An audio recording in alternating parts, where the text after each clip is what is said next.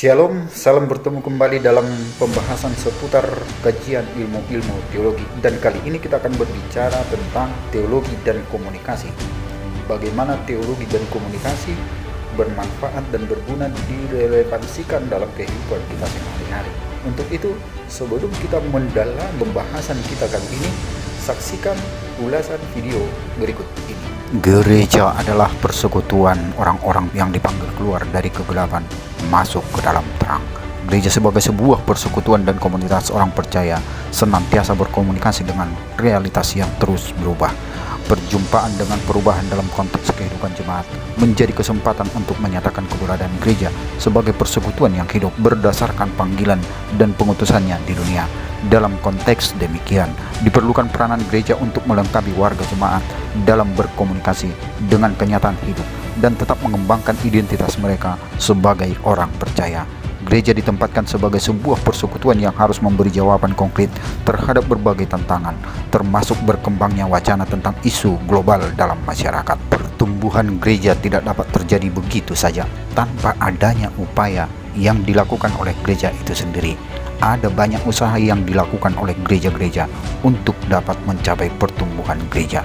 Semua upaya dilakukan, namun ternyata selanjutnya fakta membuktikan bahwa hasilnya kurang maksimal.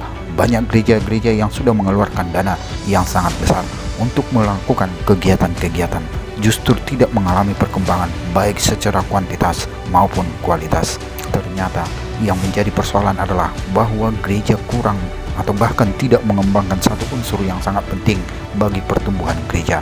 Unsur itu adalah komunikasi. Komunikasi adalah unsur yang sangat vital dan sungguh sangat dibutuhkan dalam pertumbuhan gereja. Tanpa adanya komunikasi yang sehat di dalam gereja, maka segala upaya yang dilakukan di atas untuk menumbuhkan gereja akan menjadi sia-sia. Menurut Deddy Mulyana, komunikasi menyarankan suatu pikiran, suatu makna, atau suatu pesan yang dianut secara sama.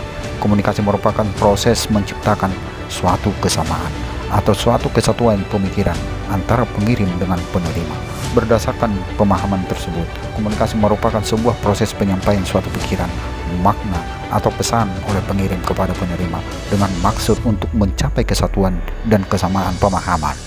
Dari kajian video yang telah kita saksikan, mari kita mendalami pembahasan kita kali ini, teori komunikasi dari Deddy Mulyana. Deddy Mulyana dalam bukunya Ilmu Komunikasi memperkenalkan beberapa jenis komunikasi. Yang pertama, komunikasi intrapribadi, yang berarti komunikasi dengan diri sendiri.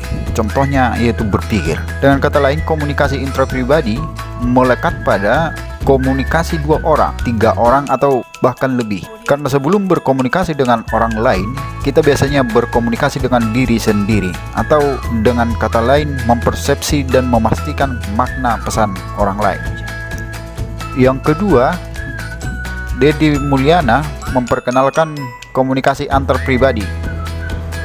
Komunikasi antar pribadi merupakan komunikasi antar orang-orang secara tatap muka yang memungkinkan setiap pesertanya menangkap reaksi orang lain secara langsung, baik secara verbal maupun non-verbal. Bentuk khusus dari komunikasi antar pribadi merupakan komunikasi yang melibatkan hanya 2 orang, seperti suami istri, atau rekan sejawat, atau sahabat, guru dengan murid, dan sebagainya. Yang ketiga, Deddy Mulyana juga memperkenalkan jenis komunikasi kelompok. Komunikasi kelompok merupakan komunikasi sekumpulan orang yang mempunyai tujuan bersama, yaitu berinteraksi satu dengan yang lain untuk mencapai tujuan bersama, atau dengan kata lain juga adanya ketergantungan. Mengenal satu dengan yang lain, memandang mereka sebagai bagian dari kelompok yang merujuk pada tatap muka dan umpan balik dari seorang kepada orang yang lain. Yang keempat, yaitu komunikasi publik, yang memiliki arti komunikasi antara seorang pembicara dengan sejumlah orang banyak yang tidak bisa dikenali satu persatu. Contohnya dalam pidato, khotbah, atau kuliah umum.